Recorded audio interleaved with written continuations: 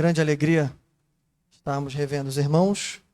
Pela manhã tivemos que fazer uma visita à nossa congregação, ajudando o pastor Ricardo ali, quando fui solicitado.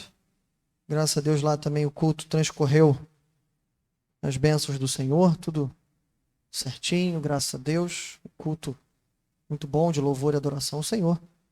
E agora estamos de volta. Eu acho que a última vez que eu vi os irmãos foi no domingo de eleição. E aí foi um domingo mais curto, né? Só pela manhã, então já bate a saudade. Acho que bom, estamos reunidos, louvando a Deus, orando ao Senhor, com a graça do nosso Pai. Muito bom rever os irmãos. Bom, vamos dar seguimento à série de mensagens no Evangelho de João. Para isso eu convido os irmãos a abrir o texto que está em João, capítulo 6. Vamos ler do verso 1 ao 15. Uma exposição em poucos minutos, nesses 15 versos. João 6, do 1 ao 15. Tema dessa noite, que vamos pensar, se chama o testemunho da multiplicação. Seguindo a nossa série. O testemunho da multiplicação. Vamos ler? Diz assim: algum tempo depois, Jesus partiu para a outra margem do mar da Galileia, ou seja, do mar de Tiberíades. Grande multidão continuava a segui-lo, porque vira os sinais milagrosos que ele tinha realizado nos doentes. Então Jesus subiu ao monte e sentou-se com os seus discípulos. Estava próxima a festa judaica da Páscoa. Levantando os olhos e vendo uma grande multidão que se aproximava, Jesus disse a Filipe: onde compraremos pão para esse povo comer? Fez essa pergunta apenas para pô-lo à prova, pois já tinha em mente o que ia fazer.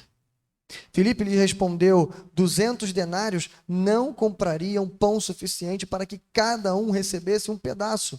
Outro discípulo, André, irmão de Simão Pedro, tomou a palavra: aqui está um rapaz com 5 pães de cevada e 2 peixinhos.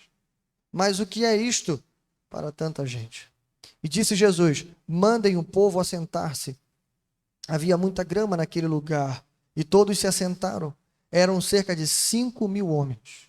Então Jesus tomou os pães, deu graças e repartiu entre os que estavam assentados, tanto quanto queriam, e fez o mesmo com os peixes. Depois que todos receberam o suficiente para comer, disse a seus discípulos: ajuntem os pedaços que sobraram, que nada seja desperdiçado. Então eles os ajuntaram e encheram 12 cestos com os pedaços dos 5 pães de cevada deixados por aqueles que tinham comido. Depois de ver o sinal milagroso que Jesus tinha realizado, o povo começou a dizer: sem dúvida, este é o profeta que devia vir ao mundo. Sabendo Jesus que pretendiam proclamá-lo rei à força, retirou-se novamente sozinho para o monte. Amém? Vamos orar.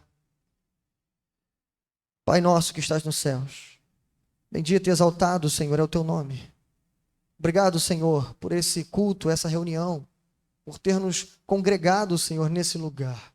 Esse lugar tão especial, Senhor, que consagramos para reunidos louvar-te, adorar-te, orar a Ti também, mas também ouvir a Tua voz.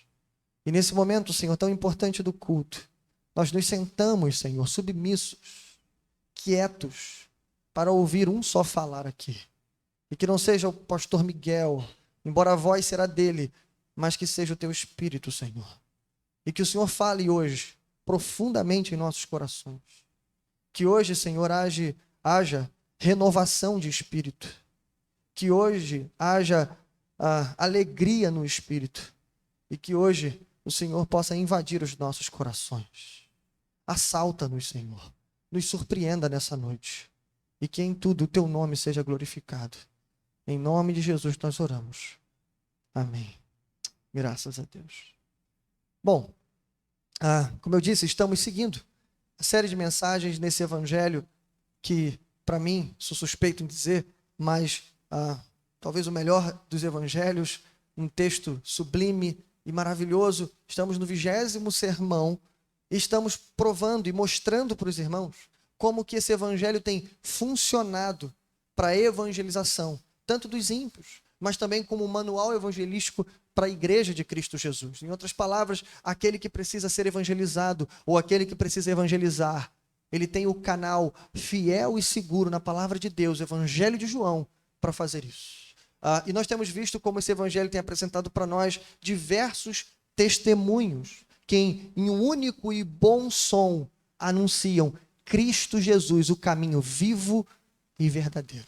A gente tem visto isso de diversas formas, como por exemplo semana passada, finalzinho do capítulo 5, onde a gente viu o testemunho das Escrituras. Ali naquela ocasião, nós vimos o próprio Senhor Jesus dizendo, olha, vocês examinam as Escrituras porque cuidais que nelas vocês terão a vida eterna. E de fato, são as Escrituras que dão testemunho de mim. E a gente viu de diversas formas aqui, diversas maneiras como a Escritura, seja historicamente, seja tipologicamente, enfim, diversas formas. A Escritura aponta única e exclusivamente para Jesus Cristo. O exemplo disso foi o texto que nós lemos na entrada. Isaías 25, como David chamou o Salmo de Isaías, louvando a Deus pela salvação que viria. Irmãos, a salvação já veio, amém? E a salvação tem nome, Cristo Jesus. Bom, e o nosso texto, capítulo 6, continua esse testemunho, só que agora pelo quarto sinal que João registra no seu evangelho. Nós vimos ali, a gente pode chamar também, né, a multiplicação, a transformação da água em vinho nas bodas de Caná. Nós vimos também a cura do filho do oficial. Nós vimos depois a cura milagrosa daquele moribundo ali, às portas ou à beira do tanque de Betesda. E agora nós estamos diante desse, que é a primeira multiplicação dos pães e dos peixes. Irmãos, eu já adianto, esse é um texto maravilhoso, é um texto sublime. E eu quero examinar esse texto junto com você, fazendo uma espécie de investigação da forma como cada grupo vai tratar o outro. Especialmente tendo a multidão como talvez o grupo aqui, não central, mas o grupo que vai falar com todos os outros. Em primeiro lugar, a gente vai ver como Jesus tratou a multidão. Em segundo lugar, como os discípulos de Jesus vão tratar a multidão. Depois a gente vai ver como Jesus vai tratar os discípulos. E aí, deixando um pouquinho a multidão de lado, Jesus precisa dar atenção para os seus discípulos. E por último, a gente vai ver como que a multidão tratou Jesus. E no final, algumas aplicações tentando responder qual é o intuito, qual é o propósito desse testemunho. Por que ele está aqui, o testemunho da multiplicação. Me acompanhe? Versos do 1 ao 5. Jesus e a multidão. Eu preciso de água. Sem água... Obrigado, gente. Sem água, pastor Miguel falha. Obrigado. Obrigado. Bom, Jesus e a multidão, versos do 1 ao 5. Eu começo dizendo, irmãos, que esse é um relato muito conhecido. E a título de curiosidade, esse é um dos poucos relatos que você vai encontrar nos 4 evangelhos. Então, a gente vai abusar também dos outros relatos a fim de complementar o que foi esse importante milagre, ok? Então, Mateus, Marcos e Lucas também falaram sobre a primeira multiplicação dos pães. E é Marcos e Lucas, inclusive, que dá para a gente o contexto desse milagre. Porque João não está interessado muito, eu já mostrei isso para vocês, numa descrição cronológica dos fatos. João é mais teológico. Mas os outros evangelistas vão mostrar para a gente o que está por trás disso. Eu lembro para vocês. A primeira vez em que Jesus, primeiro momento, que Jesus vai enviar os 12. Você lembra disso? Ali em Marcos capítulo 5, né, indo para Marcos capítulo 6, mas em Marcos 5, Jesus vai fazer o primeiro envio dos 12 discípulos. E aí Jesus dá algumas recomendações para eles, como por exemplo, levem uma capa só, não levem comida, não levem muito dinheiro, se submetam à solidariedade dos irmãos. Se vocês entrarem numa casa, forem bem recebidos, hospedados, e por aí vai. Então eles foram para as cidades circunvizinhas, pregaram o evangelho, já começaram a anunciar, olha, chegou a salvação, creiam, se arrependam, enfim, foram pregar. Então, esse contexto aqui é quando os discípulos estão retornando desse primeiro envio, ou seja, desse primeiro ato missionário dos discípulos. Então, irmãos, o contexto é importante.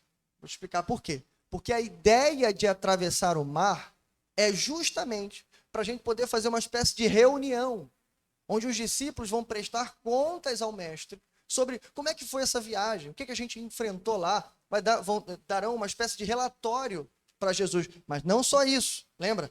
Foram para as cidades vizinhas, caminhando no sol, né, castigando. levando pouco dinheiro, sem comida. Em outras palavras, estão todos muito cansados, incluindo o nosso mestre Jesus. Isso é importante. Por quê? Porque eles vão pegar o barco, vão atravessar o mar de Tiberíades, ou o mar da Galileia. E quando chegar do outro lado, aí sim o nosso texto volta a nos contar que ao invés de retiro espiritual, eles encontraram uma multidão calorosa esperando por Jesus e pelos discípulos. Então a ideia do retiro não dá muito certo. A ideia de se retirar num lugar para poder conversar com os meus discípulos, ouvir o relatório e descansar, não dá certo. E aí, irmãos, a pergunta, né, salta para a gente inicialmente. Então, quando Jesus vai para o outro lado do mar para conversar com seus discípulos e descansar, e ele se depara com aquela grande multidão, a pergunta é: como é que Jesus tratou a multidão em primeiro lugar? De novo, Marcos vai nos responder essa pergunta com compaixão. Marcos 6,34. Quando Jesus saiu do barco e viu uma grande multidão, teve compaixão deles, porque eram como ovelhas sem pastor. Então começou a ensinar-lhes muitas coisas. Irmãos, essa resposta é sublime. Porque quando falamos de multidão, a gente tem, tanto naquele período quanto hoje, você pode interpretar assim, mas você tem duas formas de tratar a multidão.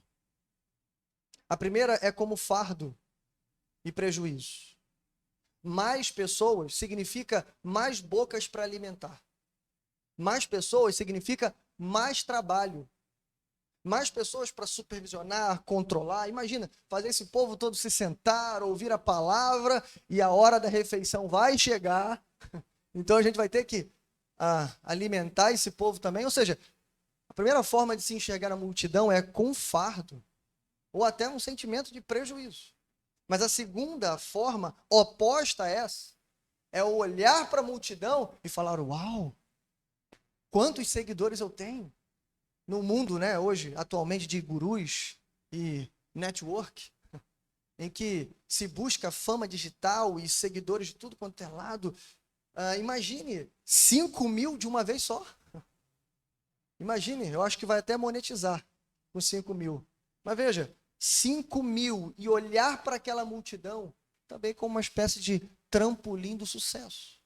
Então, a outra forma de olhar para a multidão seria essa, seria olhar para eles com um sentimento de autopromoção.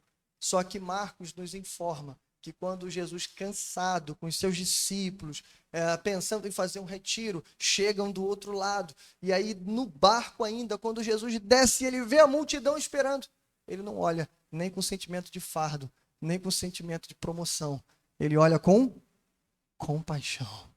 Esse é o olhar do mestre, um amor amoroso, é assim que ele olha. Veja, ainda inicialmente a gente já pode dizer que ele não olhou principalmente apenas para a necessidade do povo. É importante dizer isso, mas como ele poderia ser a solução dessa necessidade. Lembra do que ele disse? Do que Marcos disse? E ele teve compaixão deles, por quê? Porque eram ovelhas como que sem pastor. Em outras palavras, Jesus olha para eles como ovelhas perdidas. Mas o que Jesus já nos ensina aqui, inicialmente, é que não basta você enxergar a dor dos outros. Você também precisa se enxergar como solução para a vida daquelas pessoas. Apontar e dizer: ali estão as ovelhas perdidas, é fácil. Jesus olha, são as ovelhas perdidas, mas eu sou o pastor. Embora cansados, embora tivéssemos outro plano, vou assentá-los e vou ensiná-los a palavra de meu Pai. E é exatamente isso que ele vai fazer. Então, inicialmente eu quero dizer isso, irmão. Jesus não tem apenas um olhar clínico de vocês. Jesus não tem apenas um diagnóstico para dar para vocês. Jesus é a própria cura. Ele é a solução. Ele é o perdão. E ele é a vida. Segundo lugar, o texto prossegue. Como os discípulos vão tratar a multidão? Aqui vem um diferencial, e aí sim, nós voltamos para o texto de João, porque João aqui, ele é o único dos evangelistas que vai dar nome aos discípulos. Enquanto os outros vão dizer: olha, os discípulos disseram, os discípulos falaram, João é o único que vai dizer quem falou. Isso é importante, Porque ele está mostrando, olha, é real, a coisa aconteceu. Mais do que isso, João vai revelar dizendo que quem começa a perguntar é Jesus. E o motivo é prová-los. Isso é importante ficar na sua cabeça, porque lembra que eu falei, Jesus vai tratar a multidão, mas em algum momento Jesus vai tratar os discípulos. E você precisa entender isso. Jesus está o tempo todo tratando os discípulos. Mesmo quando ele fala com a multidão, Jesus é um líder, é um mestre. E aqueles que ali estão serão os pioneiros da igreja que viria logo depois. Então Jesus precisa prepará-los para a missão que virá em breve. Então veja, João revela, finalzinho do verso 5. Jesus disse a Filipe: onde compraremos pão para esse povo comer? Irmão, Jesus está aqui indiretamente indicando deserto. Quando ele pergunta, olha, onde compraremos pão do outro lado, né, do mar da Galileia, obviamente eles estão no meio de um deserto. Todos os 4 evangelistas deixam isso claro. Não há barraquinha aberta, não há pastel com caldo de cana, não tem nada, nem um lanchinho vendendo, e as horas estão avançando, e não são os discípulos que falam, é Jesus que pergunta. Vira para Filipe e pergunta, Filipe, onde que a gente vai comprar comida para esse povo comer? Então Jesus está fazendo uma referência ao local, e o local é o deserto. E aí Filipe, o texto diz, né, isso era a intenção de Cristo, era pô-lo à prova, né? E aí Filipe responde dizendo, Senhor, 200 denários não comprariam pão suficiente para que cada um recebesse um pedaço. E aí depois André vai falar, mas veja, inicialmente a gente já tem condições aqui de ver algumas coisas importantes, né? Uma pergunta fácil de se responder. Jesus olha para o nada e pergunta para Filipe, olha, onde que a gente vai comprar? Pergunta fácil de responder. Fácil, irmãos, vírgula. Porque a questão não é o que ele pergunta, mas quem pergunta. Fácil, se você não vê nada em nenhum local, a quilômetros, a não sei quantos metros de distância, para comprar é fácil responder assim, não há onde comprar. Só que Filipe responde ainda com mais propriedade, porque ele não fala só do local, ele fala da quantidade. Ele fala do valor do preço. Ele fala, olha, mestre, 200 denários não seriam suficientes. Só para você lembrar, um denário é um dia de trabalho de um homem. 200 denários dá cerca de 8 meses de trabalho, segundo os comentaristas. 8 meses de trabalho. E Filipe deixa claro, mesmo se juntássemos 200 denários, não seria o suficiente. Ou seja, a gente ia sair reclamando aqui, a barriga vazia, né? Murmurando, porque não ia dar. Enfim, Filipe responde, irmãos, em outras palavras, matematicamente. Filipe responde usando a lógica humana, porque é aquilo que ele pode ver, é o cálculo que ele pode fazer, é tudo como ele pode responder. Dr. Carson vai dizer que a resposta de Filipe revela o fato de que ele pode pensar somente na esfera de mercado do mundo natural. Em outras palavras, irmãos, Filipe não está sendo diferente de Nicodemos, por exemplo. Lembra quando Jesus fala para Nicodemos, rapaz, você tem que nascer de novo? Ele fala assim, como é que eu vou voltar para o ventre da minha mãe e vou tornar a nascer? Como é que um homem adulto vai fazer isso? Nicodemos estava enxergando na esfera natural. Filipe não é diferente da mulher samaritana, que ouviu a oferta de Cristo. Olha, se você soubesses quem te pedes água, você mesmo lhe pediria e ele lhe daria água viva. O que ela responde? Você não tem nem um balde para pegar água. Ela também entende na esfera natural e assim vem até aqui. Então os discípulos não estão muito diferentes disso. Onde eu compraria comida para esse povo todo? Olha, Senhor, não tem nem lugar para comprar. E outra coisa, nem 200 denários daria para alimentar esse povo todo. Agora é a vez do outro discípulo, André. Não o nosso André, não. O André é irmão de Simão. Outro discípulo, André, irmão de Simão Pedro, tomou a palavra, disse, aqui está um rapaz com 5 pães de cevada e 2 peixinhos. Um parêntese aqui. João é o único que informa cevada. Só para nota de curiosidade, mas serve para a gente. Pão de cevada era, em outras palavras, o pão dos pobres. Era o material mais fácil, mais barato de se conseguir. Então, João pode estar dando a entender que esse aqui, irmãos, era uma espécie de lanchinho que a mãe desse menino, o rapaz, preparou para ele para a viagem que faria. Estavam seguindo Jesus provavelmente há horas e há dias, e ele está levando o lanchinho dele. 5 pãezinhos amassados sem fermento, de cevada, com os seus 2 peixinhos. É isso, é o lanchinho. Tá bom? Desse menino. E aí André nos dá também uma grande informação, porque ele diz assim, olha, o rapaz aqui me deu aqui, ó, 5 pães e 2 peixes. Mas deixa eu dizer uma coisa para o senhor aqui. O que é isso para tanta gente? André não está sendo diferente de Filipe. Ele também só consegue enxergar a coisa que ele pode ver. Filipe faz um cálculo, mas André também faz. E 5 pães para 5.000 homens, a gente precisa aqui de um rendimento de pelo menos 1000%. Então o cálculo é fácil. Jesus é ridiculamente inferior. Não dá para fazer nada, não sei nem para que ele me deu isso. Acho que ele achou que eu ia dar para o senhor comer. Porque isso aqui é o lanchinho de um menino, ou de um homem, no máximo. Mas não dá para 5.000 homens, sem falar mulheres e crianças. Os sinóticos ainda acrescentam, irmãos, uma nota triste, vinda dos discípulos.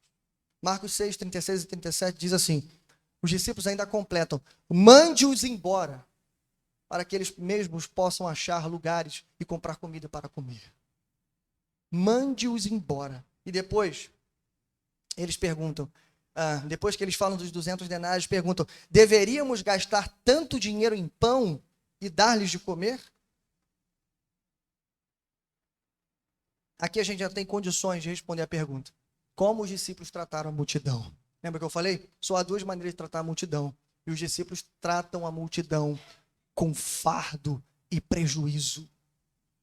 Eles olham para a multidão numericamente. É possível que o cálculo tenha sido feito pelos próprios discípulos. Até porque os evangelistas vão dizer que eles são separados em grupos de 50. Então é provável que eles já tivessem até contado os homens. Para ver, no final de tudo, quanto é que vai dar essa conta aqui. E a solução é essa. Manda eles embora, Senhor. Você percebe que esse é o exato oposto do jeito que Jesus olha para a multidão? Jesus olha para a multidão com compaixão. Compaixão, irmãos, é amor, é graça, é caridade, é misericórdia, é solidariedade. E o oposto disso é, manda-os embora. Isso não é compaixão, irmão. Isso aqui é, vou me livrar do fardo. Vou salvar a mim primeiro, depois eu penso no outro. É exatamente o oposto do que Jesus está ensinando para eles. É o mesmo que você virar para as ovelhas. Imagine um rebanhozinho de ovelhas. Chegou a hora de comer. Você abre a porta do curral das ovelhas e você vira para elas e fala assim, vai lá, procurem os campos verdejantes, se alimentem. E se vocês acharem um riacho, bebam água. Você acha que a ovelha vai fazer o quê? Ela vai cair no primeiro penhasco que ela encontrar. Ela vai se prender no primeiro espinheiro que ela encontrar. Ovelha precisa ser guiada, conduzida a pastos verdejantes e a riachos frescos de água. Ovelha, em outra palavra, precisa do pastor. E o pastor nunca pode mandar a ovelha, olha, vai lá e dê seu jeito. Não, sou eu que te alimento. Então, em vez de mandar embora, Jesus vira para ele e fala assim, não, mande-os sentar. E aí a gente aguarda que o texto prossegue. Aí sim, terceiro lugar, como Jesus tratou os seus discípulos. É óbvio que os discípulos precisam aqui de um ajuste. É exatamente isso que Jesus vai fazer aqui. Verso 10. Disse Jesus, mande o povo assentar-se. Havia muita grama naquele lugar e todos se assentaram. Eram cerca de 5.000 homens. Então Jesus tomou os pães, deu graças e os repartiu entre os que estavam assentados, tantos quanto queriam, e fez o mesmo com os peixes. Veja, irmãos, aqui o milagre acontece. Mas esse milagre aqui, esse sinal, ele tem uma particularidade que você não pode deixar passar. A multiplicação, ele não é um milagre operado por um apenas, como Jesus está fazendo, inclusive nos outros. Quando Jesus dá uma ordem, quando Jesus fala, olha, volta para casa, quando você chegar lá, seu filho vai estar curado. Ou como ele disse para o homem lá, o paralítico, ou o moribundo do tanque de Betesda, dizendo, levanta, rapaz, pega a tua cama e anda. É o milagre de um, aqui não. Jesus vai compartilhar, não o resultado do milagre, mas o processo do milagre. Por quê, irmãos? Porque Jesus está ensinando. Ele para um pouco, ele deixa a multidão um pouco de lado e fala assim: olha, eu vou ensinar você. Vocês precisam aprender isso aqui. E aí, Jesus ensina duas coisas aqui. Por isso eu disse, como Jesus tratou os seus discípulos. Duas coisas: ensinando-os a entender e compartilhar. Antes do milagre, você precisa ver isso. É óbvio que a mente dos discípulos estava um pouquinho cartesiana aqui, um pouquinho matemática, um pouquinho lógica demais. Então a primeira coisa que Jesus precisa atacar aqui é a mentalidade deles. Vocês precisam mudar a mentalidade, meu amigo. A questão não é a pergunta, é quem pergunta. Por isso que eu disse isso. E lembra a pergunta? Onde compraremos pão para essas pessoas? Ah, irmãos, era para um discípulo corajoso. Cadê Pedro aqui? Era para alguém levantar e dizer assim: Senhor, eu não sei onde compraremos, mas eu sei que tu sabe. Ou então: Senhor, não sei como a gente vai alimentar, mas eu sei que tu podes. Senhor, eu não sei o que a gente vai fazer, mas eu sei que basta uma palavra e as coisas podem começar a acontecer. A essa altura, irmãos, Jesus tinha curado dezenas de doentes, expulsado dezenas de demônios. Jesus tinha feito uma tempestade parar em pleno mar. O que os discípulos perguntam: quem é esse que até o vento e o mar lhe obedecem? Jesus já tinha ressuscitado a filha de Jairo. Quem é esse que tem poder sobre a vida e a morte? Eles deveriam perguntar: será que ele não tem poder para, tal como foi no deserto, fazer chover pão do céu? Ou de outra maneira alimentar essa multidão? Por isso que eu estou dizendo, irmãos, não é a pergunta, é quem pergunta? Cristo. Eles deveriam ter perguntado, a lógica, a mente deles precisa mudar de uma lógica humana para uma lógica divina. Mais que isso, eles deveriam trocar a murmuração pela gratidão. Você vê que o milagre de Jesus é operado de uma forma um tanto inusitada. Porque quando Jesus pega o lanchinho daquele menino, ele não abençoa o lanche. Você já reparou nisso? Ele não faz um grande clamor elaborado, dizendo alguma coisa assim: ó Pai que está nos céus, multiplica abundantemente esses pães e faz alimentar 5.000 pessoas. Não é nada disso que ele faz. Ele levanta, irmãos, o lanchinho para o alto e ele dá graças ao Pai pelo que está na mão dele. E automaticamente aquilo ali vai se multiplicando na mão dos discípulos. Esse é o milagre, esse é o poder de Cristo. E aí sim, mudança de mentalidade, mas Jesus também ensina aqui a compartilhar. Lembra? O mande-os embora é respondido como: não, mande-os sentar. E se você lê os sinóticos, Jesus responde diretamente para os discípulos assim: olha, não, eles não vão embora. Deem-lhes de comer vocês. E claramente, Jesus dá graças pelos pãezinhos e o peixe, ele coloca nos cestos, entrega para os discípulos e os discípulos vão distribuindo. E aquilo ali vai se multiplicando à medida em que eles vão servindo o povo. Aqui Jesus está ensinando para os seus discípulos que o pastor precisa pastorear, que o pastor precisa servir, que o homem e a mulher de Deus não pode ficar murmurando no canto, se perguntando o que a gente vai fazer agora. Não, o agente da multiplicação e da transformação é você e eu. Amém? Bom, quarto lugar, para a gente caminhar, como a multidão tratou o nosso Senhor Jesus. Versos 14 e 15. Depois de ver o sinal miraculoso, que Jesus tinha realizado, o povo começou a dizer: sem dúvida, este é o profeta que deveria vir ao mundo. Sabendo Jesus que pretendiam proclamar o rei à força, retirou-se novamente, sozinho, para o monte. Essa pergunta é importante, irmãos.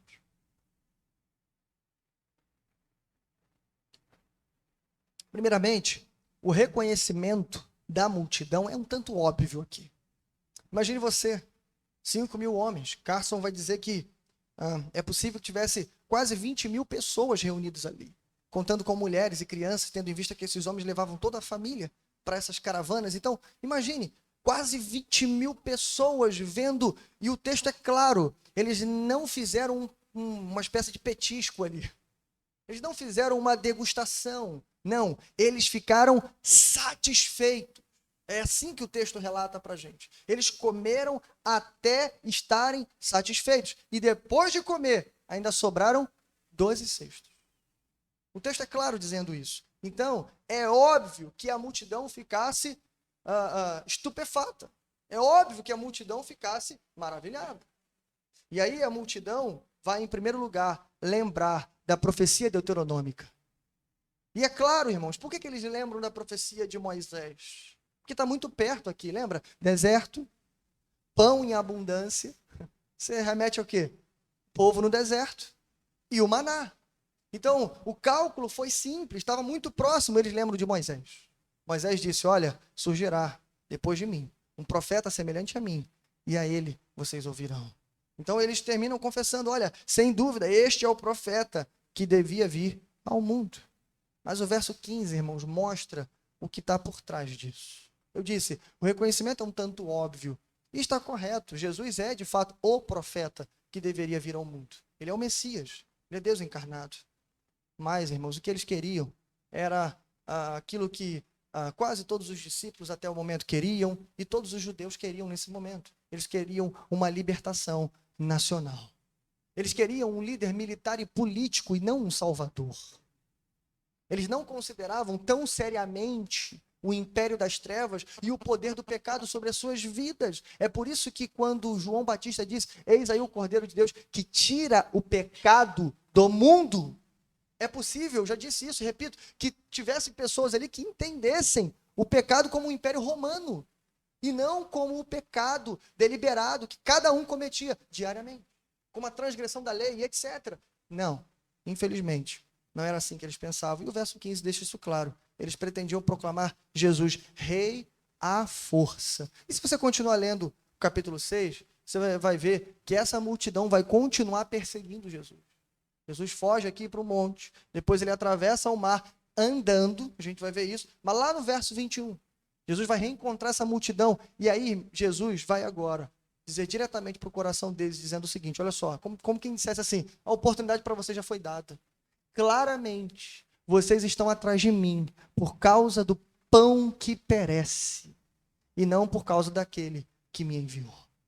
Então o verso 21 vai deixar claro a intenção, o interesse próprio que a multidão tinha em Jesus. Então, como é que a multidão tratou Jesus? Infelizmente, irmãos, com incredulidade.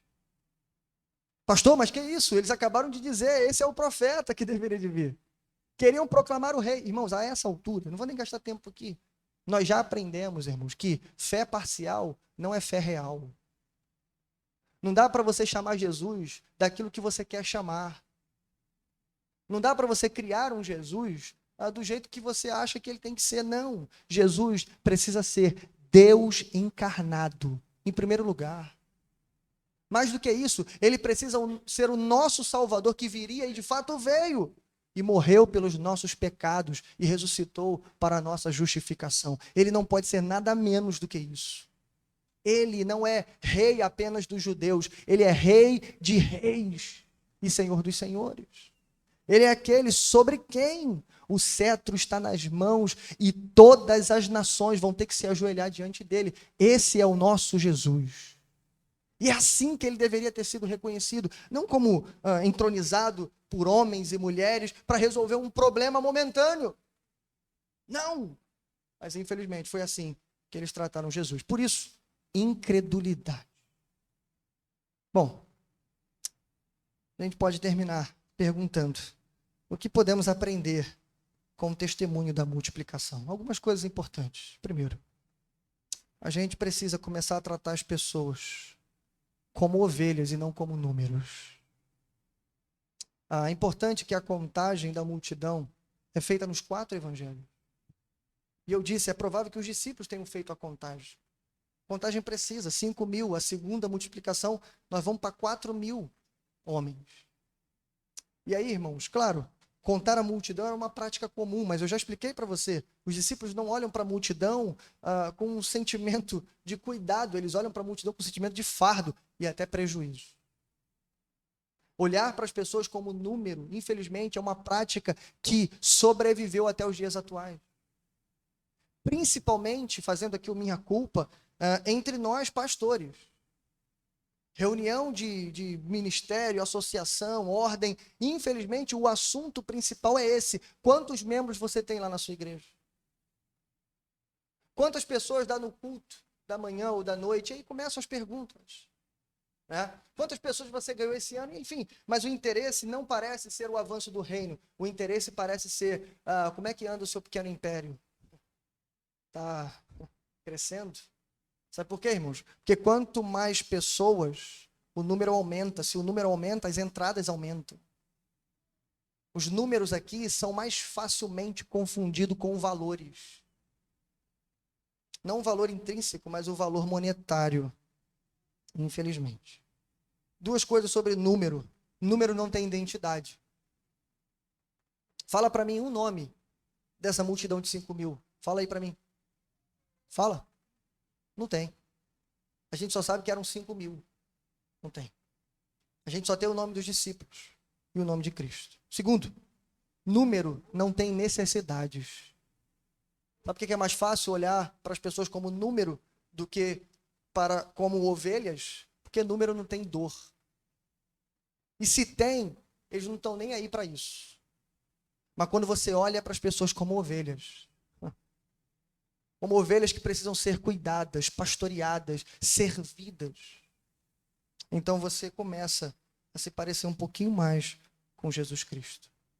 Jesus olha para a multidão com compaixão. E é assim que a gente precisa olhar.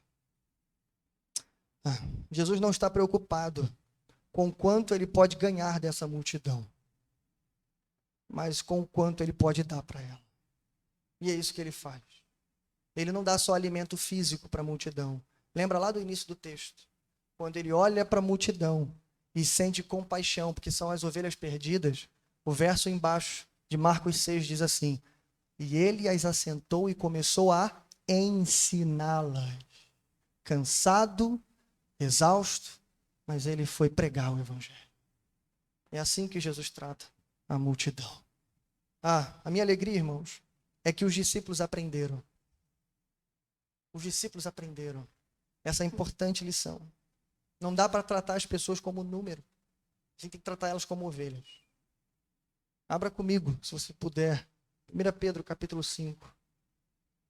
É um dos textos mais imponentes para o ministério pastoral. Um dos textos mais desafiadores para o ministério é esse aqui. 1 Pedro, capítulo 5. Aqui você vê, diretamente, um dos discípulos que estavam presentes ali, que provavelmente foi um dos que murmuraram. É possível que Pedro tenha se juntado dizendo: manda eles embora, Senhor. Vamos simplificar. Mas aqui Pedro aprendeu.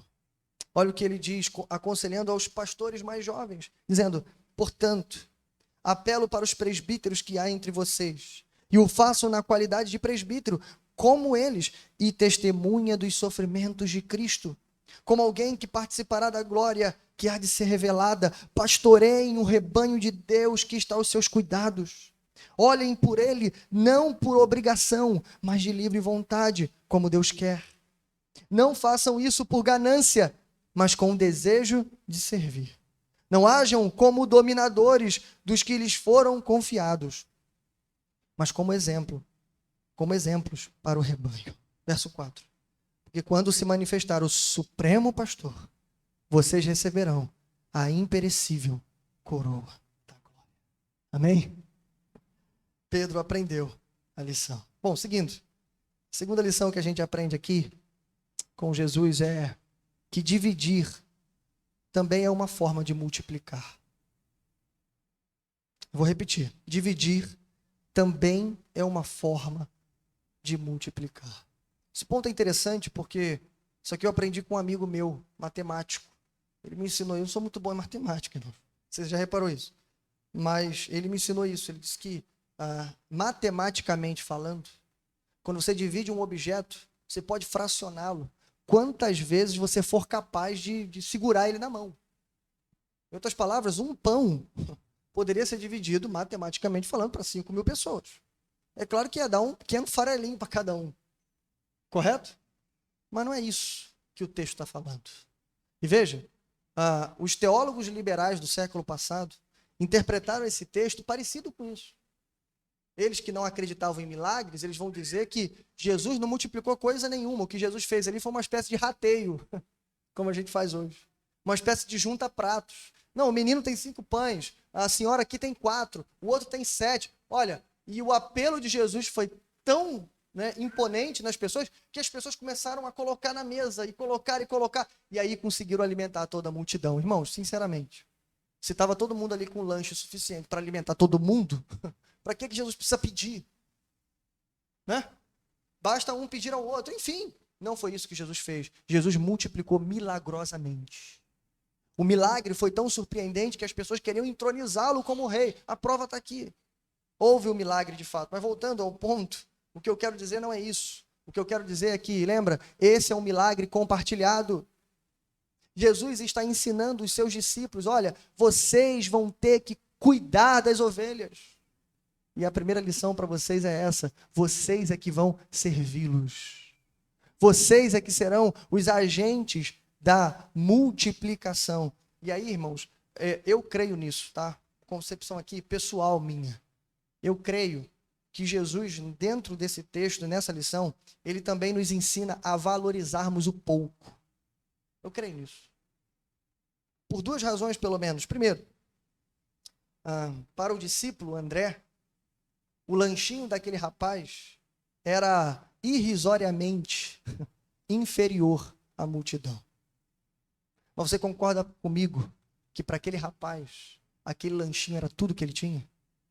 Sim ou não? Para eles era, isso aqui não dá para nada. Eu acho que André pegou com essa intenção mesmo, vou dar para Jesus comer e a gente morre de fome aqui. Não dá para ninguém. Bom, segundo lugar, segunda razão é que quando Jesus pega aquele lanchinho, lembra? Jesus não abençoa e não faz um clamor. Jesus dá graça. Ele levanta para o alto e agradece ao Pai que está no céu. Irmãos, em outras palavras, nós precisamos aprender a valorizar o pouco que temos, porque o pouco na mão de Jesus é muito. É essa lição inicialmente que Jesus está dando para a gente. Valorize o pouco que você tem, porque o resto Deus proverá. É isso que ele está falando. Valorize o pouco que você tem, porque o pouco que você tem foi dado por Jesus. E o pouco que você tem, você também vai ter que ofertar pouco depois. Mas o pouco que você oferta para os outros pode ser muito pouco. Mas para você talvez não seja nem tudo, mas seja algo que às vezes você sente nas suas finanças. Você sente nos seus recursos. Você sabe que, de alguma maneira, pela lógica humana, aquilo te faria falta. Mas você é fiel no pouco. Porque você sabe, de novo, que o pouco na mão de Deus e de Cristo é muito. Mateus 25, 23, há um texto que você com certeza conhece, onde Jesus responde a parábola dos talentos. Aqueles homens que fizeram multiplicar os talentos. Quando o Senhor da parábola retorna e ele encerra dizendo: o Senhor respondeu, muito bem, servo bom e fiel. Você foi fiel no pouco e eu o porei sobre o muito. Venha e participe da alegria do seu Senhor. Ah, pastor, o texto não está falando só de dinheiro. Ok, o texto está falando de tudo. Seus recursos, o seu tempo, sua sabedoria, seus talentos, sua vida, seu compromisso. Tudo em você precisa ser devolvido a Deus. Pastor, mas eu tenho muito pouco. É interessante que falando de pouco, até a nossa fé é pouca. Já parou para pensar nisso? Jesus compara a nossa fé e a fé dos discípulos a um pequeno grão de mostarda, uma das menores sementes que havia naquela época. Para dizer assim, olha, se vocês tiverem uma fé até do tamanho desse negocinho aqui, ó, vocês podem transportar montes. Por quê, irmãos? Porque o pouco na mão de Jesus é muito. Você não precisa ter o maior talento de todos. Você não precisa ser o maior cantor do Brasil para cantar na equipe de louvor, por exemplo. Você não precisa ser o maior pregador da terra para subir na tribuna e pregar para os seus irmãos. Não. Só precisa entender que foi Deus que te deu esse talento e ainda que seja pouquinho, Ele vai fazer redundar para a sua glória. Bom, terceiro e último lugar, irmão. E essa aqui é a ênfase desse texto. E a gente vai ver isso mais claramente quando o texto prosseguir. Essa é a lição de todas. Jesus é o pão vivo que desceu do céu. Jesus é a nossa provisão maior. Por isso Jesus vai falar com a multidão: vocês estão em busca do pão que perece, mas vocês não entenderam absolutamente nada. E Jesus vai usar didaticamente mais à frente justamente essa imagem do maná sendo concedido ao povo no deserto, exatamente o que ele acabou de fazer, alimentando toda uma multidão também no deserto. Mas aquele que é o provedor, irmãos, também é a provisão. O que faltou foi eles entenderem isso. E Jesus não era apenas um milagreiro, um profeta que estava operando milagres e a gente vai buscá-lo e ele vai resolver todos os nossos problemas. Não. Ele deveria ser o objeto da nossa busca. Jesus vai dizer claramente isso. Vocês não estão me buscando porque vocês ainda não creem em mim. Ele vai dizer exatamente isso mais à frente. Verso 35. E aí a gente caminha para o final. Então Jesus declarou: eu sou o pão da vida. Aquele que vem a mim nunca terá fome. E aquele que crê em mim nunca terá sede. Irmãos, esse é o nosso Jesus. Ele não está só apenas no deserto, solucionando os nossos problemas. Mas ele já veio há 2000 anos atrás. O pão vivo que desceu do céu habitou entre nós. E até hoje, todo aquele que comer dele e beber dele, simbolicamente através da ceia do Senhor, e espiritualmente por meio da fé, ele jamais terá fome e jamais terá sede. Só para finalizar e lembrar você a imagem que a gente tem aqui no deserto. Lembra? Primeiro, uma imagem de total escassez. Deserto, né? Você imagina sol, tudo bem que está ficando tarde da noite, mas um calor intenso, os discípulos olhando para o lado, para o outro, a fome batendo, não há onde comprar comida, uma cena de escassez, ao ponto dos discípulos dizerem assim: olha, 200 denários não seriam suficientes. Então a primeira cena é uma cena de escassez e insuficiência. Nada, nenhum esforço que a gente conseguir angariar vai ajudar a gente a resolver a situação. Mas aí Jesus vem, faz toda aquela reviravolta, ele pega o lanchinho do rapaz e faz uma grande multiplicação. E o texto termina dizendo que eles comeram, não só até ficarem satisfeitos, mas até sobejar. Sabe qual a imagem você tem no segundo plano? Mesa da graça de Deus. É o banquete da graça que ele inclusive coloca no deserto. Para ensinar você assim, ó, dependa apenas de mim. Porque se você se sentar na mesa da graça, não vai faltar pão, não vai faltar água para você.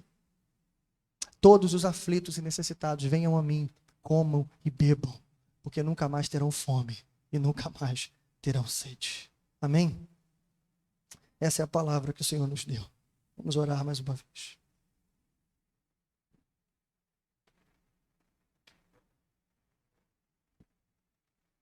Oremos. Pai nosso que estás nos céus, bendito e exaltado, Senhor, é o teu nome. Obrigado, Senhor, pela tua palavra. E esse texto, Senhor, vem de encontro aos nossos corações e provavelmente de encontro às nossas necessidades. Quem sou eu nesse texto, Senhor? Com certeza eu não sou Jesus aqui. Com certeza, Senhor, eu não sou nem um menino que dá tudo o que tem para o Senhor. É provável que eu seja mais um daquela multidão que esteja faminto e sedento, precisando de orientação, precisando de um pastor. Ou talvez, Senhor, eu seja um dos discípulos que perdeu a mão, Senhor. Que não olha as pessoas como ovelhas, mas como fardo, como números. E que ao invés de sentir amor e sofrer por elas, resolvem deixar o problema de lado. A minha oração, Senhor, é que o Senhor tenha misericórdia de nós, Senhor. Para que se somos, Senhor, ou a multidão sedenta e faminta, ou os discípulos, Senhor, que estão desorientados, que o Senhor nessa noite imprima essa palavra em nossos corações, Senhor. Porque o Senhor não tem apenas um diagnóstico para nos dar. O Senhor não apontou apenas para aquela multidão e disse, estão famintos. Não, o Senhor lhes deu de comer. O Senhor não apontou para eles e apenas disse assim, estão perdidos. Não, o Senhor foi o pastor delas. Ah, Senhor, tem misericórdia de nós. Quantos de nós, Senhor, estamos no meio do deserto? Talvez olhando para um lado e para o outro e sem enxergar nenhuma solução do ponto de vista humano. Mas hoje nós aprendemos que precisamos enxergar, olhar para as circunstâncias com olhos espirituais. Não como quem vê e conta, mas como quem crê e espera no Senhor. Ah, Senhor, tem misericórdia de nós. E se estamos famintos de Ti, Senhor, que sejamos saciados nessa noite. Se estamos sedentos do Teu amor e da Tua graça, que sejamos plenamente fartos essa noite. Porque a mesa da graça, Senhor, ela não apenas nos sacia, como sobeja, Senhor. Em outras palavras, para mostrar a abundância que provém do trono da graça de Deus. Os rios de água viva, Senhor, vão fluir inesgotavelmente. E por isso nós te agradecemos, Senhor. E te imploramos, fica conosco, Senhor. Em nome de Jesus, cuida do teu povo. Tu que é o sumo pastor, nos pastoreia. Em nome de Jesus. Amém. E amém. Graças a Deus.